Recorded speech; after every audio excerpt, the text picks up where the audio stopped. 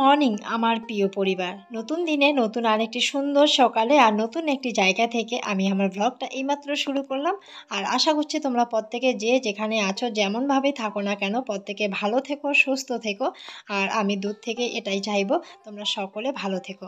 আর বন্ধুরা, আমি এসেছি কালকে হলো দিদির বাড়িতে। তো দিদির বাড়িতে আজকে একটা ধামাকাদার অনুষ্ঠান আছে। দিদির মেয়ে বলতে আমার ভাগ্নির আজকে হলো সাধে অনুষ্ঠান। তাই সেই উপলক্ষে দিদির বাড়িতে আসা। দেখো, তো স্বাদের অনুষ্ঠানে নাকি কবিতরের মাংস খাওয়াতেও লাগে।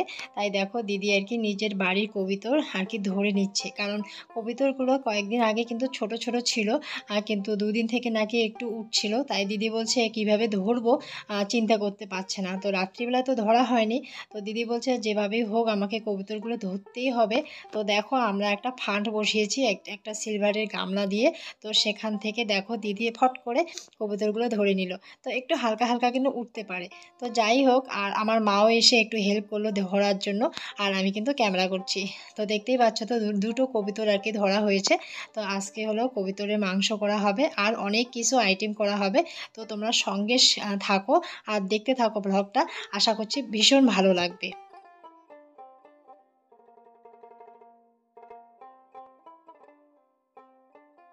আর এই যে দেখতে পাচ্ছ বন্ধুরা, এই ষাঁড় গরুটাকে দেখে আমি ভীষণভাবে ঘাবড়ে গেছি। আর আমি চিৎকার করে দিদিকে ডাক দিলাম, দেখো বাইসন এসেছে। তো দিদি এসে বলছিল এটা বাইসন না, এটা আর কি সাধারণ গরুই বলতে পারো, কারণ মহাদেবের নামে নাকি গরুটাকে ছেড়ে দিয়েছে সাধারণ লোকেরা। তো দেখো এর চেহারার গঠন দেখে মনে হচ্ছে যে এটা হয়তো বাইসন, এরকমই একটা চেহারা। তো যাই হোক, দিদি বলছিল বাইসনের আর কি শিংগুলো নাকি বড় বড় হয়। তো দেখো সাধারণ যে গরুগুলো ওকে দেখে কিন্তু ভীষণ ভয় পাচ্ছে।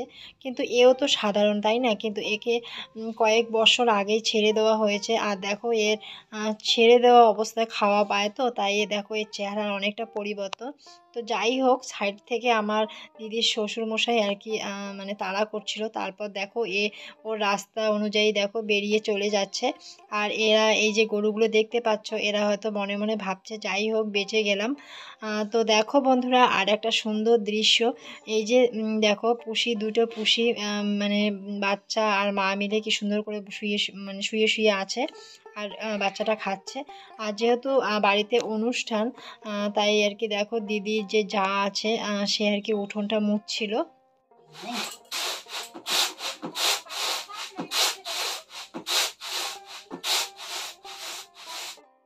আর এদিকে দেখো বন্ধুরা, ডেস্কির মধ্যে পায়েস রান্না করা হচ্ছে। আর দেখো ফ্রাইড রাইস করার জন্য এখানে বিনস কেটে রাখা হয়েছে, গাজর, সাথে হলো কাজু কিশমিশ। আর এই কড়াইতে দেখো বাসন্তী পোলাও করা হলো। তো দেখো আমরা কেউ কিন্তু বসে নেই, যে যার মতো করে সবাই মিলে দেখো হাতে হাতে কাজগুলো করে নিচ্ছি। দেখতে পাচ্ছ তো এখানে সমস্ত কিছু কেটে রাখা হয়েছে। তো আমরা সবাই মিলে দেখো লেগে পড়েছি, কারণ বেলা বেশি নেই, 2টো 2:30টার মধ্যেই কিন্তু স্বাদের প্রোগ্রাম শুরু হয়ে যাবে। তো এদিকে আমিও কিন্তু আলুগুলো ভেজে নিচ্ছি আর ডালনা করার জন্য। আর এখানে মাছগুলো ভাজা হয়ে গেছে।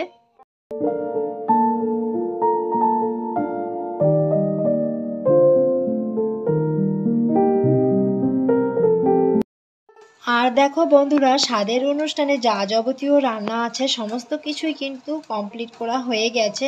আর আমরা কিন্তু সুন্দরভাবে থালার মধ্যে সমস্ত কিছু উপকরণ সাজিয়ে নিয়েছি। আর এখানে দেখতে পাচ্ছ আমার ভাগ্নিও কিন্তু এসে বসে পড়েছে আসনের মধ্যে। তো যাই হোক, এখনও কিন্তু পুজো বসানো হয়নি, কেবলমাত্র আয়োজন চলছে। তো আমরা প্রত্যেকেই জানি যে কোনো শুভ কাজ করার আগেই কিন্তু আমরা বাড়ির তুলসী তলাতে ঠাকুর ঘরে পুজো দিয়ে থাকি, তাই না? তো যাই হোক, এদিকে দেখো আমার দিদির শাশুড়ি মারা গিয়েছিল, এখনও পর্যন্ত কিন্তু 1 বছর পূর্ণ হয়নি। কিন্তু তারই মাঝে দেখো অনুষ্ঠানটা যেহেতু পড়ে গেছে, তো তাই আর কি স্বাদের অনুষ্ঠানটা করে নেওয়া হচ্ছে একটু ঠাকুরের দুধ থেকে আর কি আশীর্বাদ নিয়ে। তো যাই হোক, এখন কিন্তু ভাগ্নি আর কি পুজো দিচ্ছে ঠাকুরের এখানে আশীর্বাদ নিয়ে। তারপরেই কিন্তু স্বাদের অনুষ্ঠানটা শুরু হবে। আর তোমরা দেখতেই পাচ্ছ আমার ভাগ্নির সাথে আর একজন দাঁড়িয়ে আছে। এই মুখটা কিন্তু আমাদের সকলেরই চেনা, তাই না? এ হলো মিতু তানিশ লাইফস্টাইলের মিতু। তো যাই হোক, ওর ব্লগ তোমরা সকলে দেখো। তো আমাকে আর কিছু বলতে হবে না, তাই না? খুব ভারী একটা মিষ্টি সুন্দর মেয়ে, দেখতেও সুন্দর আর তার ব্যবহারও খুবই সুন্দর। তো একটু কথা বলে বুঝতে পারলাম। তো যাই হোক, এর আগেও কিন্তু মিতুর সাথে আমার কথা হয়েছিল। তো ভীষণই ভালো একটা মেয়ে। তো মিতুর শ্বশুরবাড়ি আমার দিদির বাড়ির পাশাপাশি। তো মিতু হলো আমার যে ভাগ্নি আছে, ভাগ্নির ছোটোবেলার আর কি বন্ধু, মানে স্কুল লাইফের বন্ধু, তাই মিতুকেও নিমন্ত্রণ করা হয়েছে। তো মিতু এসেছে, ভীষণই ভালো লাগছে, ওর সাথে দেখা হয়ে গেল। আর ভাগ্নিও কিন্তু খুবই খুশি, কারণ স্কুল লাইফের বন্ধু এসেছে। তো যাই হোক, আজকের যে এই অনুষ্ঠানটা খুব সুন্দরভাবে কাটিয়ে উঠবো সকলে মিলে, ভীষণই ভালো লাগছে। তো দেখো, দিদি এখন মেয়েকে আশীর্বাদ করে নিচ্ছে। তো সমস্ত নিয়ম যা যাবতীয় আছে একটু মিতুও হেল্প করছে, কারণ মিতুর তো সমস্ত কিছুই জানা, তাই না? তো মিতুও হেল্প করে দিচ্ছে। তো এই কাজটার পরে এই কাজটা করতে হবে, এভাবে আর কি দেখিয়ে দিচ্ছে। তো যাই হোক, এখন কিন্তু দিদি মেয়েকে আশীর্বাদ করছে। তারপর দেখো, একটু মিষ্টান্ন মুখ করে নিবে। ওই আর কি যা যাবতীয় আর কি একটা স্বাদের অনুষ্ঠানে হয়ে থাকে, একটা মা যা কিছু করে সেটাই আর কি করে নিচ্ছে। আর আমার দিদি কিন্তু মিতুর কাছ থেকে জিজ্ঞাসা করে নিচ্ছে এরপরে কি করতে হবে কি করতে হবে না।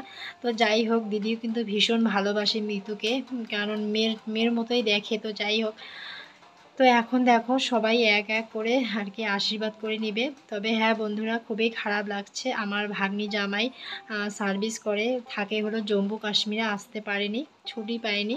তো এই একটা মানে দুঃখের বিষয়। তো আশা করি অনুষ্ঠানটা ভালোই কেটে উঠবে। তো সকলে যেহেতু আশীর্বাদ করছে, এরপর কিন্তু আমি আশীর্বাদ করে নিব। তো চলো, আমিও একটু আশীর্বাদ করে নিলাম ভাগ্নিকে। আর এই ভাগ্নি আমাদের সকলের খুব প্রিয়। তো যাই হোক বন্ধুরা, ভিডিওটা এখানে রাখবো। সকলে ভালো থেকো, সুস্থ থেকো। Good night.